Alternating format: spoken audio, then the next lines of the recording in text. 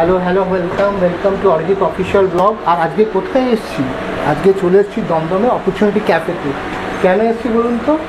আমরা যে মনে আছে তো আপনাদের সবার স্টার্টআপ বিলিয়ন্স অ্যাওয়ার্ডটা তো হয়ে গেছে, তারপরে কিন্তু আমাদের রিলেশনটা এখনও সবার সাথে আমি চাইছি একটা চেন সিস্টেমে চলতে থাকুক। প্রত্যেক মাসে এখন একটা স্টার্টআপ বিলিয়ন্স মিট করছি, আর আজকে সেই মিটটা করতেই এসেছি এখানে। কোথায়? অপরচুনিটি ক্যাফেতে। আর এইটা আরও ওদের এই আপনারা দেখেছেন আমার আরেকটা ব্লগের নিচের ক্যাফেটাকে দেখেছেন। আজকে ওদের কর্পোরেট অফিসটা দেখবো, ডিপার্টমেন্ট ওয়াইজ দেখবো। আমি সিদ্ধান্তের কাছে একবার যাই। গুড আফটারনুন ভাই। চলে এলাম আজকে তোমার কাছে। এই যে পেয়ে গেছি। আজকে পাওয়া খুব মুশকিল, লয়ার মানুষ তো নানা রকম ঝামেলায় ঝঞ্ঝাটে ঘুরে বেড়ায়। তো আজকে খুব লাকি স্টার্টআপ বিলিয়ন্স মিটে এসেছি এবং তার সাথে সাথে এই ব্লগটাও শ্যুট করছি। একটু আজকে আমাকে একটু পুরো জায়গাটা একটু ঘুরিয়ে যদি দেখাও, মানুষরা দেখতে চায় তোমাদের ক্যাফের সাথে আর কীভাবে জার্নিটা হচ্ছে সেটা যদি একটু দেখাও। শিওর। তাহলে এটা তো আমাদের এমনি রিসেপশন। সবাইকে ওয়েলকাম আমাদের অপরচুনিটি ক্যাফেতে। আমরা এখানে যেটা হয় হচ্ছে, তার আগে একটা তোমাকে প্রবলেমটা বলে দিই যাতে বুঝতে পারবে এখানে কি হচ্ছে। তাহলে অপরচুনিটি ক্যাফেটা কি? এটা হচ্ছে আমাদের দেশের ফার্স্ট একটা ক্যাফে।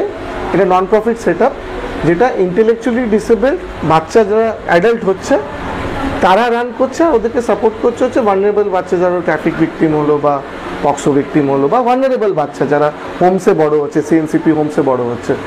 তাহলে এইটা যে প্রসেসিংটা কি, একটা বাচ্চা হোম থেকে বেরিয়ে একটা একাডেমিতে আসছে, সেখানে ট্রেন্ড হচ্ছে, তারপর সেখান থেকে একটা ইন্টার্নশিপ যাচ্ছে, ইন্টার্নশিপ থেকে সে ক্যাফেতে গিয়ে চাকরি পাচ্ছে, এই প্রসেসটা এখানে ঘটছে। তো সেটাই আমি আগে আপনাকে দেখাবো। তো প্রথমে আমি একাডেমিটা দেখাই। প্লিজ ঠিক আছে, আমরা তোমাকে ফলো করবো। তুমি আসুন, ওয়েলকাম।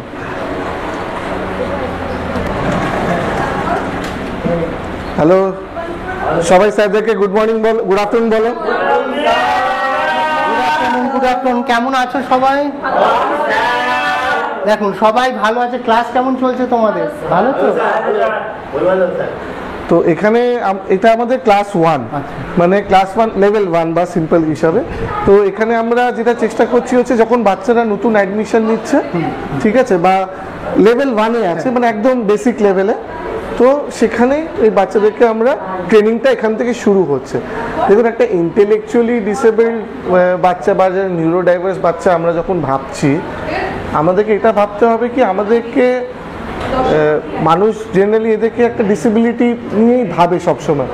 কিন্তু এত বছর এদের সঙ্গে কাজ করাতে আমি যেটা বুঝলাম, দুটো জিনিস আমি পরিষ্কার বুঝেছি। একটা হচ্ছে এই বাচ্চাদের ফান্ডামেন্টাল রাইট, আর অরিজিৎদা আপনার আমার বা যারা দেখছে সবার কিন্তু ফান্ডামেন্টাল রাইট সেম। কিন্তু কোথাও না কোথাও যখনই একটা ইন্টেলেকচুয়াল ডিসেবল পার্সন নিয়ে আমরা কথা বলছি, ওদের ডিসেবিলিটিটা কিন্তু আগে সবাই দেখছে, কিন্তু কোথাও না কোথাও ডিসেবিলিটি আমাদের সবার মধ্যে আছে। ফর এক্সাম্পল, যেমন আপনি অরিজিৎদা একটা চশমা পরে, আমিও একটা চশমা পরি, কোথাও না কোথাও একটা ডিসেবিলিটি। কিন্তু আমি যদি চশমাটা খুলে দিই, আমি কিন্তু কিছু দেখতে পাচ্ছি না, আপনিও খুলে দিলে দেখতে পারবেন না। সমস্যা হচ্ছে, তাই চশমাটা কি? চশমাটা হচ্ছে আমাদের টুল। যখন আমি চশমাটা পরছি, এই টুলটা ইউজ করে আমরা, এই যে আমি যখন টুলটা পরে নিলাম, আপনি আর আমাকে ডিসেবল ভাবছেন না। তার মানে কি, you are looking beyond my disability when you are judging me as a person, when you are giving me opportunity. Intellectual disable বাচ্চাদের ক্ষেত্রে এটা কোনোদিনও হয় না। এদের ডিসেবিলিটি সবসময় সামনে থাকে, প্রকাশে থাকে, আর মানুষ এদেরকে ভাবে এরা কিচ্ছু পারে না। আর পালানোর দায়িত্বটাই অপরচুনিটি ক্যাফে। একদম। তো এই তো আমার সেটাই বক্তব্য কি, it is high time that the society start looking beyond disability of intellectually, ওদেরকে ক্যাপেবল করে একটা আর্নিং এর প্রসেসের সাথে একদম। হ্যাঁ, কিন্তু সেটা তো লেভেল 2। আগে তো যারা এদেরকে হায়ার করবে তারা ভাববে কি এরা পারে, মানসিকতাটা, সেই মানসিকতাই অভাব। মানে আজকে অপরচুনিটি খোলার মেইন কারণই ওটাই ছিল কি, আমাদের যারা হোমের বাচ্চা ছিল তাদেরকে কেউ চাকরি দিচ্ছিল না, তারা তো বড় হচ্ছিল, তো সেই বাচ্চাগুলো যাবে কোথায়? তাদের তো বাবা মাও নেই। তো এই প্রবলেমটাকে অ্যাড্রেস করার ছিল। তো আমরা যখন আমাদের বাচ্চাদেরকে ফোর্স এমপ্লয়েডও করাচ্ছিলাম, সে 6 মাস পর বেরিয়ে আসছে। তাকে তো এমপ্লয়ার বের করে দিচ্ছে, সে তো বুঝতেই পারছে না। তো প্রবলেমটা কার? আমার বাচ্চার না এমপ্লয়ার, সোসাইটির প্রবলেম। সোসাইটি ভাবছে কি এরা পারছে না বা পারবে না, আগের থেকে একটা প্রিকনসিভ নোশন আছে, সেই প্রিকনসিভ নোশনটাকে চেঞ্জ করার অসম্ভব দরকার। কেন কি আমার আজকে 2 বছরের অভিজ্ঞতাতে আমি বলবো এই বাচ্চাদের সঙ্গে কাজ করা অনেক easy comparative two normal individuals. মানে এটা খুব ভাইটাল পয়েন্ট, এখান থেকে আমরা এইখানে ঢুকে জানতে পারলাম পরিবর্তনটা শুধু এনাদের নয়, এদের নয়, আমাদের নিজেদেরকেও আগে নিজেদের পরিবর্তনটা দরকার। আমরা আগে বিশ্বাস করতে জানতে হবে যে এরা পারে, দে আর কেপেবল। এদেরকে সুযোগ না দিলে এরা কি করে হবে? আমাদেরও তো সুযোগ পেয়েছি বলে আজকে আমি এই চ্যানেলটা করেছি, তুমি এটা করেছো।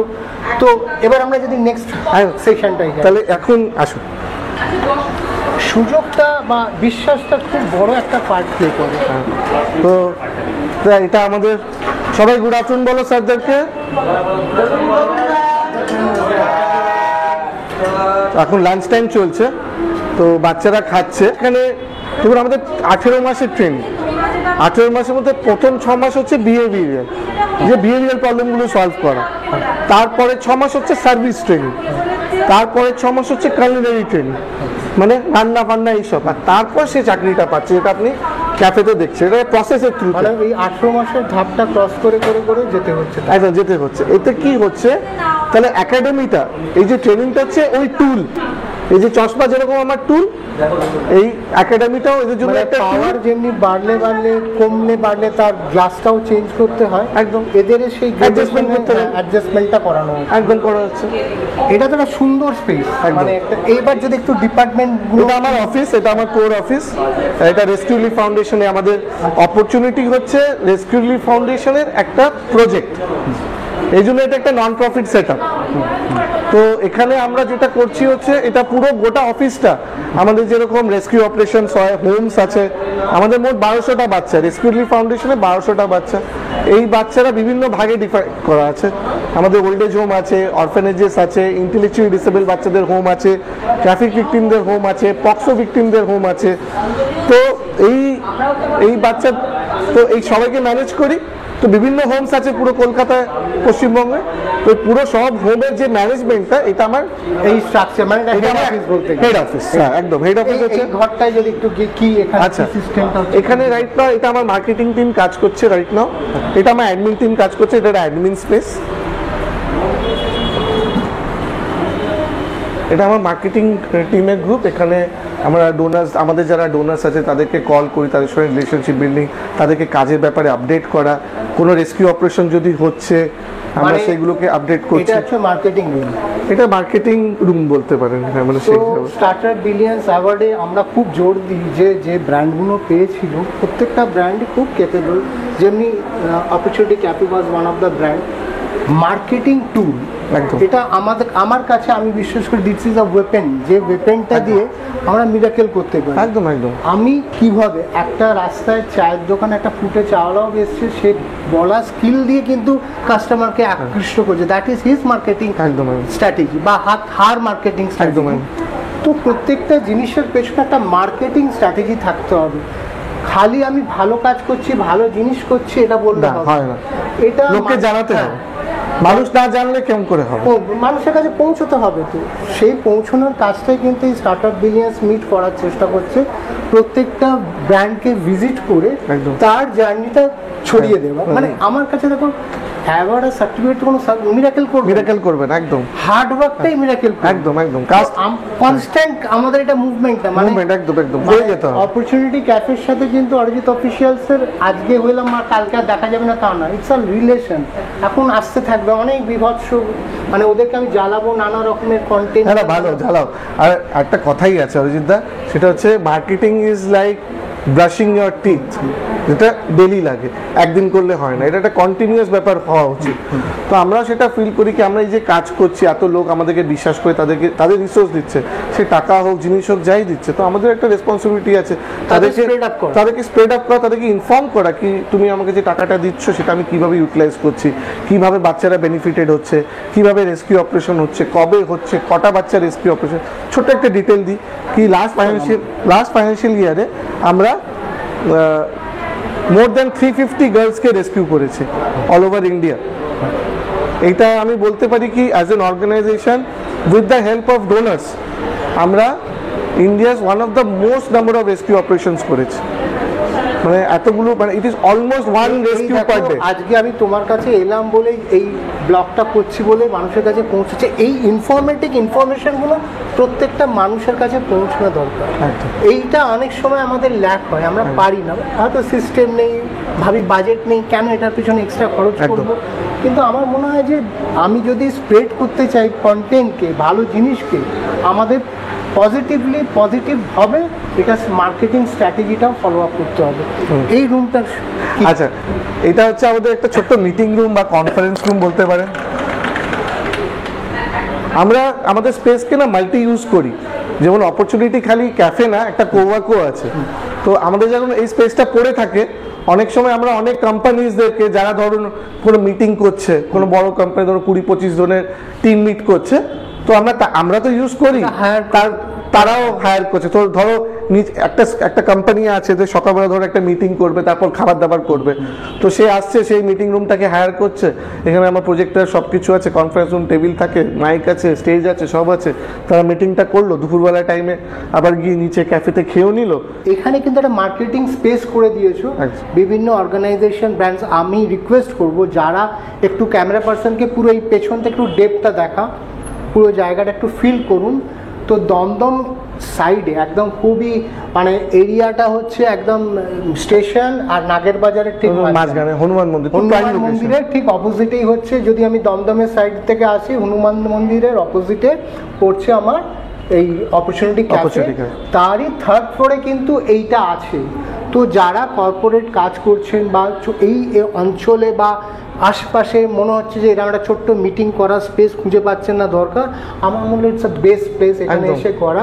আমাদের খুব শিগগিরই আগামী পরশু 12ই মে আমরা বালিগঞ্জ পাড়িতে আমাদের সেকেন্ড অপরচুনিটি ক্যাফে স্টার্ট করছি।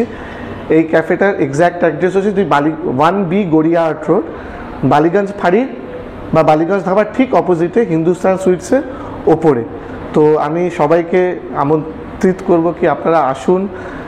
অনেক মানুষই আজকে এই ক্যাফে সাকসেসফুল, এই অ্যাওয়ার্ড পাওয়া সব কিছু আপনাদের জন্যই, আপনাদের ভালোবাসাতেই বাচ্চারা ফুলে উঠেছে, কনফিডেন্ট হয়ে উঠেছে। আর আমার বাচ্চাদের আমি কিন্তু একটা ছোট জিনিস অরিজিৎদা বলছি, শিওর, আমি কিন্তু এই 1 বছর 4 মাসে মানুষের মানসিকতাতে পরিবর্তন দেখলাম। যেই রামুকেই লোক লাথি মেরে ভাগিয়ে দিয়েছিল কাজ থেকে, সেই রামুই আজকে অ্যাওয়ার্ড নিচ্ছে। এটা কিন্তু ওইটুকু একটা বাচ্চার জন্য অনেকটা ট্রান্সফরমেশন। স্টার্টআপ বিজনেসে যদি তোমার মনে আছে, অ্যাওয়ার্ডটা রামুই পেয়েছিল। কিন্তু যদি হিস্ট্রিটা আমি দেখি, আমার এখানে আসার আগে ওকে আমরা একটা জায়গায় প্লেস করেছিলাম, ওকে অ্যাবিউজ করা হয়েছিল, ওর কাজের ফিজিক্যালও করা হয়েছে, মারধরও করা হতো। কেন কি, জাস্ট ওর এমপ্লয়ার যখন আমাকে ফেরত দিল, সে বললো এ পারবে না এই এনভায়রনমেন্টটা, কেন কি ও peers were not ready to accept. আমার একটা ছোট্ট ঘটনাও মনে আছে কি, এখানে একটা ক্যাফেতে আমার ঘটেছিল কি, একটা লোক খুব রেগে গেছিলো কি কেন আমরা ইন্টেলেকচুয়ালি ডিসেবলদেরকে হায়ার করছি, এরা কিছু পারে না। আজকে কিন্তু এই মানসিকতাটা পরিবর্তন হয়েছে, খুব বেশি হয়নি, কিছু হয়েছে, কিন্তু কিছুর থেকে তো শুরু হয়। এই শুরুটা কিন্তু অপরচুনিটি ক্যাফে করেছে, এবং শুধু ওর লড়াই না, এটা আমাদের প্রত্যেকের লড়াই। আমরা চেষ্টা করব সবাই এদের পাশে থাকতে, এদের কাজটাকে স্প্রেড আপ। আমার যে ক্ষমতাটা সেইটা দিয়ে আমি যদি একটু পাশে থাকার চেষ্টা করি, আমার ক্ষমতা হচ্ছে আমার প্ল্যাটফর্ম, সেটা দিয়ে আমি স্টার্টআপ বিলিয়ন্স 2025-এ ওরা অ্যাওয়ার্ডটা পেয়েছিল। থ্যাংক ইউ অরিজিৎদা। থ্যাংক ইউ বললে হবে না, আমি ফিল করেছি প্রাউড যখন রামুর হাতে অ্যাওয়ার্ডটা দেওয়া হয়েছে। এবং রামুকে যারা বুঝতে পারছেন না বা চিনতে পারছেন না, তো আমি আজকে বলে যাচ্ছি এই ব্লগটার মাধ্যমে, আগামী দিনে এমন কিছু আসছে যেটাতে রামুকে আপনারা চিনতে পারবেন, জানতে পারবেন, এবং আগামী দিনে রামুর স্টোরি টেলিংটা আপনাদের কাছে আসবে এই ব্লগটার মাধ্যমে। থ্যাংক ইউ সময় দেওয়ার জন্য। Thanks to you. আর আমরা আজকে স্টার্টআপ বিলিয়ন্স মিটটা শুরু করবো, একটু পরেই শুরু হবে। আর যারা অরিজিৎ অফিসিয়াল মেন চ্যানেলটা আমরা সাবস্ক্রাইব করেননি, please do subscribe my main channel, Arijit official YouTube channel, ভালো কিছুর সাথে নিজেকে কানেক্টেড রাখা, যুক্ত হওয়ার জন্য। আর এই ব্লগটা যেখানে আমি যেখানে শ্যুট করি, যেখানে ট্রাভেল করি, সবসময় ব্লগটা করি আপনাদের সাথে জনসংযোগের দিকটা রাখার জন্য। So do subscribe Arijit official blog channel. সবাই সুস্থ থাকুন, ভালো থাকুন, দেখা হচ্ছে পরের ব্লগে।